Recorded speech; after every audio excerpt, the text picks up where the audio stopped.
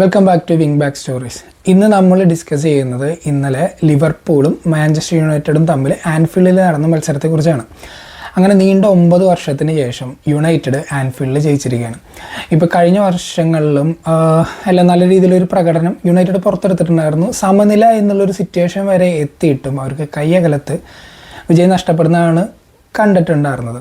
അന്ന് യുണൈറ്റഡിന് വേണ്ടിയിട്ട് ആ വിജയം നേടിക്കൊടുക്കാൻ പറ്റാത്തതിൽ ഏറെക്കുറെ ഏറ്റവും കൂടുതൽ വിഷമിച്ചിട്ടുണ്ടാവുക ഹാരി മഗ്വയർ ആയിരിക്കും. ഒരു കാലത്ത് നമുക്കറിയാം യുണൈറ്റഡിൻ്റെ ഒരു പ്ലെയറായിട്ട് പോലും യുണൈറ്റഡിൻ്റെ ഫാൻസ് ഏറ്റവും കൂടുതൽ ടീമിൽ നിന്ന് പുറത്തേക്ക് കളയാനായിട്ട് ആഗ്രഹിച്ചിരുന്ന ഒരു പ്ലെയറായിരുന്നു ഹാരി മഗ്വയർ. ഈവൻ ലോകമെമ്പാടുള്ള ക്രിട്ടിക്സ് ആയാലും അദ്ദേഹത്തെ ഒരു മീം കണ്ടൻ്റായിട്ട് അല്ലെങ്കിൽ ഒരു ജോക്കായിട്ടാണ് കണ്ടിരുന്നത്. പക്ഷെ ആ ഒരു സിറ്റുവേഷൻസിലെല്ലാം കാം ആൻഡ് കമ്പോഷർ കാഴ്ചവെച്ചിട്ട് അദ്ദേഹം ഫുട്ബോളിൽ മാത്രം കോൺസെൻട്രേറ്റ് ചെയ്യുകയും തൻ്റെ ടീമിന് വേണ്ടി ഏറ്റവും ബെസ്റ്റ് പുറത്തെടുത്തിട്ട് എല്ലാ കളികളിലും ആ ഒരു പ്രകടനം കണ്ടിന്യൂസ് ആയിട്ട് കൊണ്ടുപോകാനും നല്ലൊരു രീതിയിലൊരു കംബാക്ക് നടത്തുകയും ചെയ്തിട്ടുള്ള ഹാരി മഗ്വയറിന് അന്ന് ആ ഒരു ചാൻസ് നഷ്ടപ്പെട്ടപ്പോൾ അതേ അന്ന് മനസ്സിൽ എന്തായാലും ഉറപ്പിച്ചിട്ടുണ്ടാവണം ഇനി ഒരു അവസരം വന്നു കഴിഞ്ഞാൽ എന്തായാലും ആ ഒരു സ്കോർ നേടുമെന്ന്. അങ്ങനെ ഒരു അവസരം അദ്ദേഹത്തിന് ഇന്നലെ കിട്ടി. ആ ഒരു വിന്നിങ് ഗോൾ അടിക്കുകയും ചെയ്തു. അതുപോലെ തന്നെ ഇപ്പോൾ എല്ലാം യുണൈറ്റഡിൻ്റെ ഫാൻസിൻ്റെ റിയാക്ഷൻ കാണണം. അദ്ദേഹത്തിന് വേണ്ടിയിട്ട് സ്റ്റാച്യു വരെ പണിയണം എന്നുള്ള രീതിയിലാണ് പണ്ഡിറ്റ്സ് അടക്കമുള്ള എല്ലാവരും പറഞ്ഞുകൊണ്ടിരിക്കുന്നത്. മാച്ച് സിറ്റുവേഷൻസ് നോക്കുകയാണെന്നുണ്ടെങ്കിൽ ആൻഫീൽഡ് ആ ഒരു സ്റ്റേഡിയത്തിൽ ലിവർപൂളിന് എത്രത്തോളമാണ് അവരുടെ ഒരു ഡോമിനൻസ് ഉള്ളതെന്ന് നമുക്കറിയാം. അവരുടെ ഒരു ഫേവറേറ്റ് ആയിട്ടുള്ള ഒരു ഹണ്ടിങ് ഏരിയ ആണ് ആൻഫീൽഡ് എന്ന് പറയുന്നത്. ഈവൻ ദോ അവർ ലാസ്റ്റ് 3 ഗെയിംസിൽ തോറ്റിട്ടാണ് വന്നിട്ടുണ്ടെങ്കിൽ പോലും അവർക്ക് ആ ഒരു കോൺഫിഡൻസ് ഉണ്ടാവും. അതുപോലെ തന്നെ ടീം ഷീറ്റ് റിലീസ് ചെയ്തപ്പോൾ ലിവർപൂളിൻ്റെ ആരാധകരായിരിക്കും മാഞ്ചസ്റ്റർ യുണൈറ്റഡിൻ്റെ ആ ഒരു ടീം ഷീറ്റ് കണ്ടിട്ട് കൂടുതലായിട്ട് സന്തോഷിച്ചിട്ടുണ്ടാവുക. കഴിഞ്ഞ ആ ഒരു ഗെയിമിൽ സണ്ടർലാൻഡിനായിട്ടുള്ള ആ ഗെയിമിൽ നല്ല രീതിയിൽ പെർഫോം ചെയ്തിട്ടുണ്ടായിരുന്ന ആ ഒരു ടീമിലുണ്ടായിരുന്ന സെസ്കോ അതുപോലെ തന്നെ ഡോർഗ് എന്നിവരെല്ലാം മാറ്റിയിട്ട് വീണ്ടും ലെഫ്റ്റ് വിങ് ബാക്കായിട്ട് ഡാലോനെയും അതുപോലെ തന്നെ സ്ട്രൈക്കർ പൊസിഷനിൽ സെസ്കോന് പകരം കുഞ്ഞാനാണ് അമോരിമ സ്റ്റാർട്ട് ചെയ്യാനായിട്ട് തീരുമാനിച്ചിട്ടുണ്ടായിരുന്നു. അതൊരു ടാക്ടിക്കൽ ഡിസിഷൻ ആയിരുന്നു എന്ന് അദ്ദേഹം അപ്പം തന്നെ പറഞ്ഞിട്ടുണ്ടായിരുന്നു. പക്ഷേ യുണൈറ്റഡിൻ്റെ ഈ ഇൻകൺസിസ്റ്റൻസി കാരണം അവരുടെ ഫാൻസിന് പോലും ഈവൻ ഞാനുൾപ്പെടെയുള്ള ഫാൻസിന് പോലും അത് അത്രത്തോളം വിശ്വസനീയമായിട്ടുണ്ടായിരുന്നില്ല. സോ ആ ഒരു സിറ്റുവേഷനിൽ ഈ ഒരു ടീം ഷീറ്റ് കണ്ടിട്ട് ലിവർപൂൾ ആരാധകരായിരുന്നു കൂടുതലും കോൺഫിഡൻ്റ് ആയിട്ടുണ്ടാവുക. പക്ഷേ എന്നാൽ കളിയിൽ തുടങ്ങിയപ്പോൾ തൊട്ട് ആ ഒരു രീതിയിലല്ല യുണൈറ്റഡ് പ്രകടനം പുറത്തെടുത്തിട്ടുണ്ടായിരുന്നത്. അമോരിം പറഞ്ഞിട്ടുള്ള കാര്യങ്ങൾ അല്ലെങ്കിൽ അദ്ദേഹം വിശ്വസിച്ച് വരുന്ന ആ ഒരു ഫിലോസഫി അല്ലെങ്കിൽ അദ്ദേഹത്തിൻ്റെ ടാക്ടിക്സ് തന്നെ നമുക്കറിയാം. ആ ഒരു ടാക്ടിക്സിനോട് 100% നീതി പുലർത്തുന്ന രീതിയിലാണ് അവർ കളി സ്റ്റാർട്ട് ചെയ്തിട്ടുണ്ടായിരുന്നത്.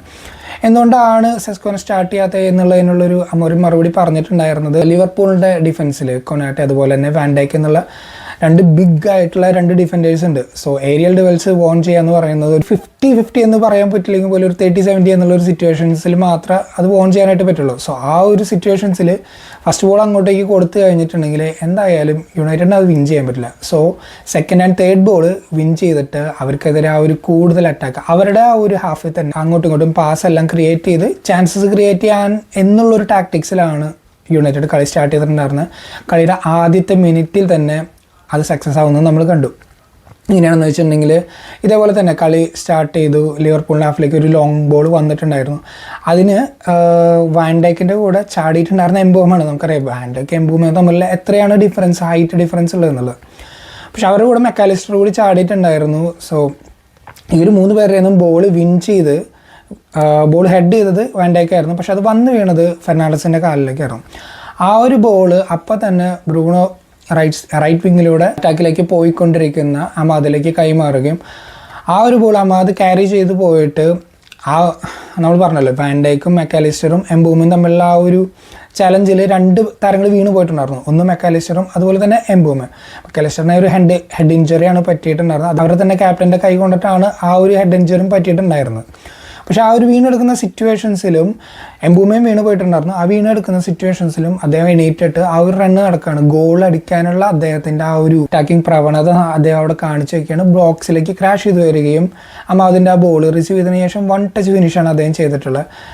ലിവർപൂളിൻ്റെ ഗോൾ കീപ്പറിന് ഒന്നുകൂടി മികച്ചതായിട്ടുള്ള രീതിയിൽ അവിടെ സേവ് നടത്താമായിരുന്നു. അദ്ദേഹത്തിന് കാലുമ തട്ടിയിട്ടുണ്ട് ഒബ്വിയസ്ലി. പക്ഷെ എന്നിരുന്നാൽ പോലും ആ ആദ്യത്തെ മിനിറ്റിൽ തന്നെ കൊടുത്തിട്ടുള്ള ഒരു അടി അത് ലിവർപൂളിനെ മൊത്തത്തിൽ ഷെയ്ക്കിയാക്കുന്നതാണ് നമ്മൾ കണ്ടത്. മാഞ്ചസ്റ്റർ യുണൈറ്റഡ് ആണെങ്കിൽ നല്ല രീതിയിൽ ആ ഒരു തുടക്കം കിട്ടിയതിന് നല്ല രീതിയിൽ യൂട്ടിലൈസ് ചെയ്യുകയും പിന്നീടും കിട്ടുന്ന അവസരങ്ങളിലെല്ലാം അറ്റാക്ക് ചെയ്ത് കളിക്കാനായിട്ടാണ് അവർ ശ്രദ്ധിച്ചിട്ടുണ്ടായിരുന്നത്. ഈവൻ നമുക്ക് അറിയാം ലിവർപൂൾ ഒബ്വിയസ്ലി അറ്റാക്ക് ചെയ്യും. അവരുടെ എന്താ പറയുക, ആ ഒരു ശൈലി തന്നെ അറ്റാക്കിങ് ഫുട്ബോൾ ശൈലിയാണ്. കൂടുതലും പൊസിഷൻ കയ്യിൽ വെച്ചിട്ട് കൂടുതൽ അറ്റാക്ക് ചെയ്യുക എന്നുള്ള രീതിയിൽ.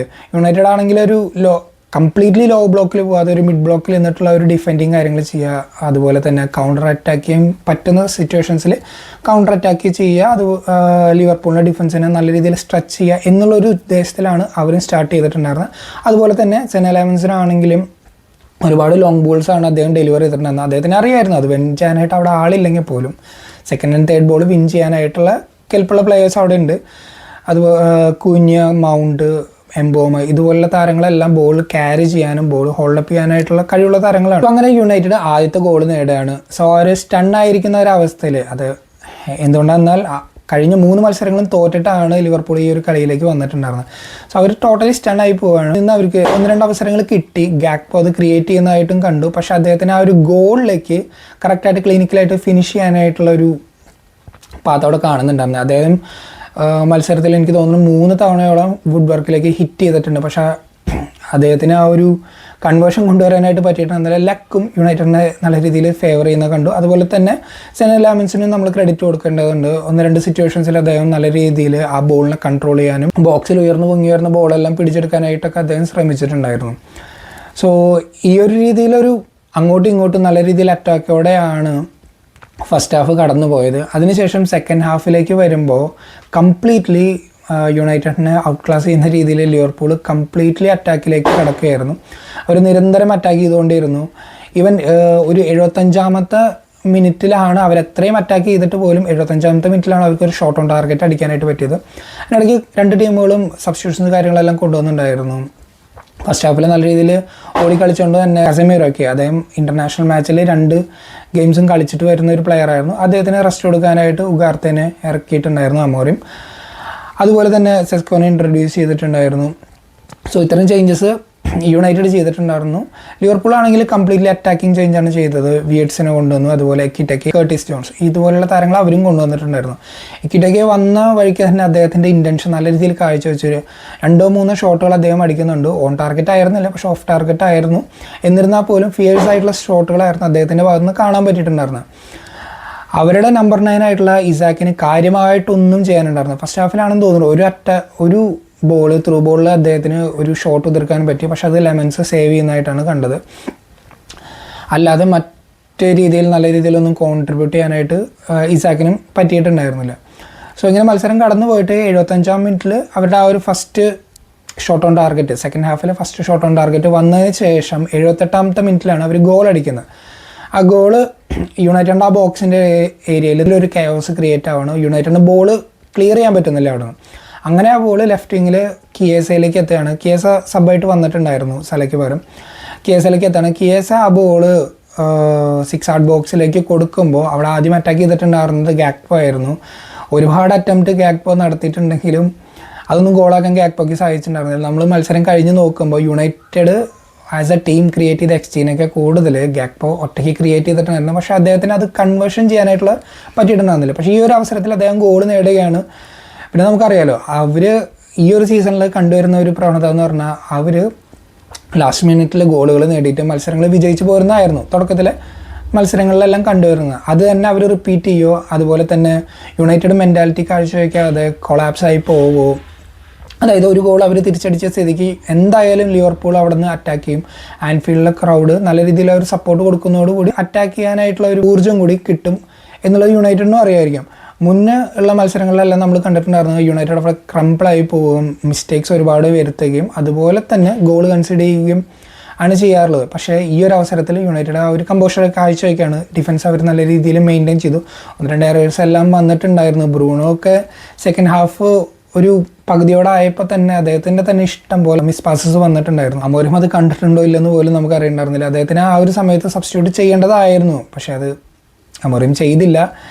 എന്നാൽ നമുക്കറിയാം ലാസ്റ്റ് ആ ഒരു ഗോളിലേക്കുള്ള അസിസ്റ്റ് പ്രൊവൈഡ് ചെയ്തതും ബ്രൂണോ തന്നെയായിരുന്നു. സോ ഇങ്ങനെ ഒരു ഇൻകൺസിസ്റ്റൻസിയാണ് ബ്രൂണോയുടെ ഗെയിമിൽ ഇപ്പോൾ നിൽക്കുന്നത്. അദ്ദേഹത്തിൻ്റെ ആ ഒരു പൊസിഷൻ മാറിയിട്ടുള്ള പ്ലേയിൽ അത് ഒരുപാട് തവണ എല്ലാ പണ്ഡിറ്റ്സ് ആയാലും ഈവൻ പ്ലെയേഴ്സ് ആണെങ്കിൽ പോലും അവർക്കും ഫീൽ ചെയ്തിട്ടുള്ള ഒരു കാര്യമാണ്. പക്ഷെ എന്തായാലും അമോറിം അദ്ദേഹത്തിൻ്റെ സിസ്റ്റത്തിൽ വിശ്വസിക്കുകയാണ്. ഈ ഒരു ഫോർമേഷൻ തന്നെയാണ് അദ്ദേഹം മുന്നോട്ട് കൊണ്ടുപോകാനും ഉദ്ദേശിക്കുന്നത്. സോ അതിലിപ്പോൾ ആദ്യം കുറേ വിമർശനങ്ങൾ നേരിട്ടുണ്ടെങ്കിലും അദ്ദേഹത്തിന് ആ ഒരു സക്സസ് കൊണ്ടുവരാനായിട്ട് ഇപ്പോൾ പറ്റിയിട്ടുണ്ട്. ഇപ്പോൾ 2 കളികളായി പഠിപ്പിച്ച് ജയിക്കുന്നു. അമോറിമിൻ്റെ ആ ഒരു കോച്ചിങ് രീതിയിൽ യുണൈറ്റഡിൽ ഇതുവരെ 2 ഗെയിംസ് പോലും അടുപ്പിച്ച് ജയിക്കാനായിട്ട് യുണൈറ്റഡിന് സാധിച്ചിട്ടുണ്ടായിരുന്നില്ല. പക്ഷേ ഇപ്പോഴാണ് അത് സാധിച്ചത്. ഇനി വരുന്ന ഗെയിംസിലും അവർക്ക് ആ ഒരു കൺസിസ്റ്റൻസി പുറത്തെടുക്കാൻ, അല്ലെങ്കിൽ ഒരു മെൻറ്റാലിറ്റി, കമ്പോഷർ ഇതെല്ലാം കാഴ്ചവെക്കാൻ ശ്രമിക്കുകയാണെന്നുണ്ടെങ്കിൽ നല്ലൊരു റൺ തന്നെ ഈ ഒരു ക്യാമ്പയിനിൽ നേടിയെടുക്കാൻ പറ്റും എന്നുള്ളത് ഉറപ്പാണ്. ഈവൻ ടോപ്പ് 4ലേക്ക് കോമ്പീറ്റ് ചെയ്യാൻ പറ്റും എന്ന് ഇപ്പോൾ നമുക്ക് ഒരിക്കലും പറയാൻ പറ്റില്ല. ആകെ 8 മത്സരങ്ങളാണ് സീസണിൽ കഴിഞ്ഞിട്ടുള്ളത്. ഒരു ലോങ് സീസണാണ്, ഒരുപാട് കളികൾ ഇനി വരാവുന്നതാണ്. ഫാറ്റിക് എല്ലാം ടീംസിനെയും പ്ലെയേഴ്സിനെയും എല്ലാം എഫക്റ്റ് ചെയ്യും. സോ അതുകൊണ്ട് തന്നെ ഇപ്പം നല്ലൊരു സ്റ്റാർട്ട് എന്ന് പറയില്ല, പക്ഷെ ഒരു ഭേദപ്പെട്ട ഒരു സ്റ്റാർട്ടാണ് യുണൈറ്റഡിന് കിട്ടിയിട്ടുള്ളത്. നമ്മളിപ്പോൾ നോക്കുകയാണെങ്കിൽ ടോപ്പ് 4ൽ നിന്ന് നമുക്ക് ആകെ 2 പോയിൻ്റൊക്കെയാണ് വ്യത്യാസമുള്ളൂ. സോ ഒരു മിനിമം ഒരു ടോപ്പ് 6ലെങ്കിലും ഫിനിഷ് ചെയ്ത് യൂറോപ്യൻ കോമ്പറ്റീഷനിലേക്ക് ഒരു സ്പോട്ട് അല്ലെങ്കിൽ ഒരു സ്ഥാനം നേടിയെടുക്കാനായിരിക്കും യുണൈറ്റഡിൻ്റെ ഒരു മാക്സിമം അംബിഷൻ ഉണ്ടായിരിക്കുക എന്നുള്ള രീതിയിലാണ് നമ്മളിപ്പോൾ കണക്കാക്കുന്നത്. നമുക്ക് പിന്നെ അറിയില്ല, ഫുട്ബോളിൽ എന്ത് സംഭവിക്കാം, ഏതൊരു സിറ്റുവേഷൻസിലാണെങ്കിലും. ഈവൻ ഈ ഒരു മൊമെൻറ്റ് നല്ല രീതിയിൽ ഗ്രാസ്പ് ചെയ്ത് പ്ലെയേഴ്സ് കിക്ക് ഓൺ ചെയ്തിട്ട് അടുത്തുള്ള മത്സരങ്ങളെല്ലാം നല്ല രീതിയിൽ പെർഫോം ചെയ്യുകയാണെന്നുണ്ടെങ്കിൽ മറ്റൊരു റിസൾട്ട് ആയിരിക്കും നമുക്ക് കിട്ടാൻ പോകുന്നത്. സോ ഇനി മത്സരത്തിലേക്ക് വരികയാണെങ്കിൽ 78-ാം മിനിറ്റിൽ ലിവർപൂൾ ആ ഗോൾ അടിച്ചതിന് ശേഷം അവർ റിലൻലെസ് ആയിട്ട് അറ്റാക്ക് ചെയ്യുമായിരുന്നു. ആ ഒരു ഗ്യാപ്പിൽ യുണൈറ്റഡിന് അവിടെ നിന്നൊരു അവസരം വീണ് കിട്ടായിരുന്നു. ഒരു ലോങ് ബോൾ സെസ്കോയിലേക്ക് കിട്ടി. സെസ്കോ ആ ബോൾ നല്ല രീതിയിൽ മറിച്ചിട്ട് കുനിയയ്ക്ക് കൊടുക്കുകയാണ്. കുനിയുടെ ഒരു അറ്റംപ്റ്റ്, ബോക്സിൻ്റെ ലെഫ്റ്റ് സൈഡിൽ നിന്നുള്ള ഒരു അറ്റംപ്റ്റ്, അത് പുറത്തേക്ക് പോകുക. ആ ഡിഫൻഡർ അവിടെ കാല് വെച്ചിട്ട് അത് ബ്ലോക്ക് ചെയ്യുന്നുണ്ട്. അങ്ങനെ യുണൈറ്റഡിന് ഒരു കോർണർ കിട്ടി. സോ ആ കോർണർ യുണൈറ്റഡ് കൊടുക്കുകയാണ്, ബോക്സിലേക്ക് കൊടുക്കുകയാണ്. ആ ബോൾ ഡിഫ്ലക്റ്റ് ചെയ്തിട്ട് എംബുമയിലേക്ക് വന്നു. അദ്ദേഹത്തിൻ്റെ ഒരു അറ്റംപ്റ്റ് ഉണ്ടായിരുന്നു, അതും ഡിഫ്ലക്റ്റ് ചെയ്ത് വന്നിട്ടുണ്ടായിരുന്നത് ബ്രൂണോയിലേക്കാണ്, ലെഫ്റ്റ് വിങ്ങിലേക്ക് ഉണ്ടായിരുന്ന ബ്രൂണോയിലേക്കാണ്. അപ്പോൾ നമുക്കറിയാം ഓൾറെഡി കോർണറിനെ അറ്റാക്ക് ചെയ്യാൻ വേണ്ടിയിട്ട് യുണൈറ്റഡിൻ്റെ ഡിഫൻഡേഴ്സ് ആയിട്ടുള്ള മഗ്വയർ, അതുപോലെ തന്നെ ഡിലൈറ്റ് എല്ലാവരും അവിടെ ബോക്സിൽ തന്നെ ഉണ്ട്. സോ ബ്രൂണോ ആ ബോൾ നിലം തൊടുന്നതിന് മുന്നേ തന്നെ ഒരു നല്ല രീതിയിലൊരു സ്കൂപ്പ് ചെയ്തിട്ടുള്ള ഒരു പാസ് ബോക്സിലേക്ക് കൊടുക്കുകയാണ്. ആ ബോളിലേക്ക് അറ്റാക്ക് ചെയ്തിട്ടുണ്ടായിരുന്നത് ഡിലിറ്റും അതുപോലെ തന്നെ ഹാരി മഗ്വയറാണ്. നമുക്കറിയാം ഹാരി മഗ്വയറിൻ്റെ ഏരിയലബിലിറ്റി എത്രത്തോളം അടിപൊളിയാണെന്നുള്ളത്. അദ്ദേഹം ഹെഡർ ഗോളുകളിലൂടെ തന്നെ യുണൈറ്റഡിനെ എത്ര പ്രാവശ്യം രക്ഷിച്ചിട്ടുണ്ടെന്നുള്ളതും നമ്മളെല്ലാം കണ്ടുകൊണ്ടിരിക്കുന്ന ഒരു കാര്യമാണ് കഴിഞ്ഞ കുറച്ച് സീസണുകളായിട്ട്. സോ അദ്ദേഹം ആ ഒരു ക്ലച്ച് മൊമെൻറ്റിൽ അവിടെ ഡെലിവറി ചെയ്യാണ്. അദ്ദേഹത്തിൻ്റെ ഗോളിൽ യുണൈറ്റഡ് 2-1 എന്നുള്ള ലീഡ് പിന്നീട് നേടിയെടുക്കുകയും അദ്ദേഹത്തിൻ്റെ ആ ഒരു നീ സ്ലൈഡ് സെലിബ്രേഷൻ, അതും ലിവർപൂൾ ഫാൻസിൻ്റെ അടുത്താണ് അദ്ദേഹം ആ ഒരു നീ സൈഡ് സെലിബ്രേഷൻ ചെയ്തിട്ടുണ്ടായിരുന്നത്. സോ അങ്ങനെയുള്ള ഒരു പ്ലെയറിൻ്റെ ആ മെൻറ്റാലിറ്റി ടീമിലേക്ക് മൊത്തം നല്ല രീതിയിൽ ഇൻഫ്ലുവൻസ് ചെയ്യുന്നത് നമുക്കിപ്പോൾ കണ്ടുകൊണ്ടിരിക്കുകയാണ്. നമ്മൾ ഈ ഒരു മൊത്തം മാച്ചിൻ്റെ ആ ഒരു ഇതെടുക്കുകയാണെങ്കിൽ ആ ഒരു മെൻറ്റാലിറ്റി കാര്യങ്ങളെല്ലാം കണ്ടുകൊണ്ടിരിക്കുകയാണ്. സോ അങ്ങനെ യുണൈറ്റഡ് ലീഡ് എടുത്തു. പിന്നീട് മത്സരം സീ ഔട്ട് ചെയ്യാനുള്ള ഒരു രീതിയിലായിരുന്നു യുണൈറ്റഡ് കളിക്കുന്നുണ്ടായിരുന്നത്. കിട്ടുന്ന ബോളുകൾ, അതായത് ലോ ബ്ലോക്കിൽ നിന്ന് ഡിഫെൻഡ് ചെയ്യുക, അത് ലിവർപൂൾ ഒബ്വിയസ്ലി അറ്റാക്ക് ചെയ്യും. അവർ വരുന്ന അറ്റാക്കിനെ തടഞ്ഞിട്ട് ബോൾ ക്ലിയർ ചെയ്ത് കളയുക, എങ്ങോട്ട് വേണമെങ്കിലും അടിച്ച് കളയാം, ബോൾ തങ്ങളുടെ ഹാഫിൽ നിന്ന് മാറ്റുക എന്നാണ് യുണൈറ്റഡ് പ്ലെയേഴ്സിന് ആകെ ഒരു ഉദ്ദേശം ഉണ്ടായിരുന്നുള്ളൂ. സോ ഇതുപോലെ തന്നെ എടുത്തു പറയേണ്ട മറ്റൊരു പ്ലെയറിൻ്റെ പേരാണ് സെനെ ലാമസ്. നല്ലൊരു കീപ്പറിന് വേണ്ടി യുണൈറ്റഡിൻ്റെ ആരാധകർ അല്ലെങ്കിൽ പ്ലെയേഴ്സ് പോലും കൊതിച്ചിട്ടുണ്ടാകുന്ന ഒരു കാലം എന്ന് പറഞ്ഞാൽ വലിയൊരു പീരീഡാണ്. ഈവൻ ഡെഹയ ഉണ്ടായിരുന്നപ്പോൾ അദ്ദേഹം ഒരുപാട് സേവുകൾ കാര്യങ്ങളെല്ലാം യുണൈറ്റഡിന് വേണ്ടി പുൾ ഓഫ് ചെയ്തിട്ടുണ്ടായിരുന്നു. പക്ഷേ ആ ഒരു കോൺഫിഡൻസ് ബൈന്ദർ അല്ലെങ്കിൽ ഒനാന വന്നതിന് ശേഷം ബാക്കിൽ നിൽക്കുന്ന ഡിഫൻഡേഴ്സിനെല്ലാം പോയിട്ടുണ്ടായിരുന്നു. പക്ഷേ ആ ഒരു കോൺഫിഡൻസ് കേവലം 2 മത്സരം മാത്രമാണ് സെനെ ലാമസ് കളിച്ചിട്ടുള്ളത്. അദ്ദേഹം അവിടെ കൊടുക്കുകയാണ്, ബാക്ക് പ്രൊട്ടക്റ്റഡ് ആണ്, അല്ലെങ്കിൽ അവിടെ ഒരു കമാൻഡിങ് ഫിഗർ ഉണ്ട് എന്നുള്ളൊരു ഫീല് പ്ലെയേഴ്സിന് കൊടുക്കുകയാണ്. അത് തന്നെ ടീമിൻ്റെ കോൺഫിഡൻസ് നല്ല രീതിയിൽ ബൂസ്റ്റ് ചെയ്യുന്നത് നമുക്കിപ്പോൾ കാണാൻ പറ്റുന്നുണ്ട്. പ്ലെയേഴ്സ് ആണെങ്കിലും അവർ ഡിഫെൻഡ് ചെയ്യുമ്പോഴും അവർക്കൊരു അവിടെ എടുക്കുന്ന ഡിസിഷൻ മേക്കിങ്സ് ആണെങ്കിലും പ്രോപ്പറായിട്ടുള്ള ഡിസിഷൻസ് അവർക്ക് എടുക്കാനായിട്ട് പറ്റുന്നുണ്ട്. സോ ഇങ്ങനെ കോൺഫിഡൻ്റ് ആയിട്ടുള്ള ഒരു ഗോൾ കീപ്പറുടെ അഭാവം നല്ല രീതിയിൽ പ്രകടനത്തെ ബാധിക്കുന്നുണ്ടായിരുന്നു. കഴിഞ്ഞ സീസണിലൊക്കെ നോക്കിക്കഴിഞ്ഞാൽ നമുക്കറിയാം ഒനാനയുടെ എത്രത്തോളം മിസ്റ്റേക്ക് കാരണമാണ് യുണൈറ്റഡ് ഈ നിലയിൽ എത്തിയിട്ടുണ്ടായിരുന്നതെന്ന്. ഈവൻ ഈ ഒരു സീസണിൽ പോലും ഗ്രിംസ്ബി ടൗണിനെതിരെയുള്ള മത്സരത്തിലൊക്കെ അദ്ദേഹം എന്തൊക്കെ മിസ്റ്റേക്കാണ് അവിടെ കാണിച്ചു വിട്ടേ. അല്ലെങ്കിൽ യുണൈറ്റഡിന് അത് ജയിച്ചു പോരാൻ പറ്റാവുന്ന ഒരു ഫിക്സറായിരുന്നു. ഈവൻ മറ്റു പ്ലെയേഴ്സിൻ്റെ പ്രകടനം വലിയ കാര്യമായിട്ട് ഇമ്പാക്റ്റ് ഒന്നും ചെയ്യുന്നുണ്ടായിരുന്നില്ല. പക്ഷെ എന്നാലും ഗോൾ കീപ്പിംഗ് എറേഴ്സ് കാരണം ഒരുപാട് മത്സരങ്ങൾ യുണൈറ്റഡ് തോറ്റിട്ടുണ്ട്. ഈവൻ ഒരു ചാമ്പ്യൻസ് ലീഗ് ക്യാമ്പയിന് വരെ യുണൈറ്റഡ് ഔട്ടാകാൻ കാരണം ഒനാനയുടെ ആ ഒരു മോശം ഗോൾ കീപ്പിംഗ് ആയിരുന്നു. സോ അങ്ങനെയുള്ള ഒരു കമാൻഡിങ് ആയിട്ടുള്ള, അല്ലെങ്കിൽ ബോൾ നല്ല രീതിയിൽ ക്യാപ്ചർ ചെയ്യാനും നല്ല രീതിയിൽ സേവ്സ് പുൾ ഓഫ് ചെയ്യാനും അതുപോലെ തന്നെ ഈവൻ ലെഗ്സ് ഉപയോഗിച്ച് സേവ് ചെയ്യാനായിട്ടുള്ള ആ ഒരു കോൺഫിഡൻസ് ഉള്ള ഒരു ഗോൾ കീപ്പർ യുണൈറ്റഡിന് ഇപ്പോൾ കിട്ടിയിട്ടുണ്ട്. സോ അദ്ദേഹത്തിനെ ബേസ് ചെയ്തിട്ട് നല്ല രീതിയിൽ ആ ഒരു ഡിഫൻസ് ഓർഗനൈസ് ചെയ്തിട്ട് വരും മത്സരങ്ങളിൽ അറ്റാക്ക് ചെയ്ത് കളിക്കാനും അതുപോലെ കൂടുതൽ മത്സരങ്ങൾ വിജയിക്കാനായിരിക്കും അമോറിം എന്തായാലും തീരുമാനിച്ചിട്ടുണ്ടാവുക എന്ന് നമുക്ക് പ്രതീക്ഷിക്കാം. ഇനി അടുത്ത് വരുന്ന ബ്രൈറ്റനായിട്ടുള്ള കളികളാണ്. അത് കഴിഞ്ഞിട്ട് ടോട്ടനമായിട്ട് കളി വരുന്നുണ്ട്. ടോട്ടനമായിട്ടുള്ള കളിയിൽ നമ്മൾ കഴിഞ്ഞ കൊല്ലത്തിൽ ഒരുപാട് തവണ തോറ്റു. അതിൽ ലേറ്റസ്റ്റ് ആയിട്ട് നമ്മൾ തോറ്റത് യൂറോപ്പ ലീഗ് ഫൈനലിലാണ്. സോ അതിൻ്റെ ഒരു വേദന കാര്യങ്ങളല്ലേ എന്തായാലും ഇപ്പോഴും മാഞ്ചസ്റ്റർ യുണൈറ്റഡ് ഫാൻസിൻ്റെ ഉള്ളിലുണ്ടാവും. സോ ഇത്തരം മത്സരങ്ങളിൽ ജയിച്ചാലാണ് ടീം ഒരു കൺസിസ്റ്റൻ്റ് ആയിട്ട് പെർഫോം ചെയ്യുന്നുണ്ട് എന്നുള്ള ഒരു ഫീലിംഗ് അല്ലെങ്കിൽ പ്ലെയേഴ്സിനും ഈവൻ ഫാൻസിനാണെങ്കിലും ലഭിക്കുക. സോ ലിവർപൂളിന് ഇനി അടുത്ത ഫിക്സ്റ്റേഴ്സ് വരുന്നത് ഇനി ബ്രെൻഫോർഡായിട്ടുള്ള കളികളും കാര്യങ്ങളെല്ലാം വരുന്നുണ്ട്. ആസ്റ്റൺ വില്ലയായിട്ട് കളി വരുന്നുണ്ട്. സോ ആ മത്സരങ്ങളിൽ എന്തായിരിക്കും റിസൾട്ട് എന്നുള്ളത് ഇപ്പോൾ ഒരു പ്രെഡിക്റ്റ് ചെയ്യാൻ പറ്റാത്തൊരവസ്ഥയില്ല. 4 മത്സരങ്ങളായി ലിവർപൂൾ ഇപ്പോൾ തോക്കുന്നു. അവരും ഒരു ദശാബ്ദത്തിന് ശേഷമാണ് ഇങ്ങനൊരു റണ്ണിലൂടെ കടന്നു പോകുന്നത്. സോ ഇതൊരു അവിടെയുള്ള ഒരുപാട് പ്ലെയേഴ്സിന് ടേസ്റ്റ് ചെയ്യാത്ത ഒരു വികാരമാണ് ഇത്രയും ലോസസ് എല്ലാം ഒരുമിച്ച് വരുന്നത്. സോ അതിനെ അവരെങ്ങനെ മറികടക്കുക എന്നുള്ളതും കണ്ടറിഞ്ഞ് കാണേണ്ട ഒരു കാര്യമാണ്. സോ ഇതൊക്കെയാണ് ഇന്നത്തെ വീഡിയോയിൽ ഞാൻ ഡിസ്കസ് ചെയ്യാനായിട്ട് ഉദ്ദേശിച്ചിട്ടുണ്ടായിരുന്നത്. ഇനി വരും മത്സരങ്ങളിൽ അടുത്ത ഗെയിം വീക്കിൽ എന്തൊക്കെയായിരിക്കും റിസൾട്ട് എന്നുള്ളത് നമുക്ക് കാണാം. സോ വീഡിയോ ഇഷ്ടമായെങ്കിൽ ലൈക്ക് ചെയ്യുക, നിങ്ങളുടെ അഭിപ്രായങ്ങളൊന്ന് കമൻ്റായിട്ടൊന്ന് ഇടുക.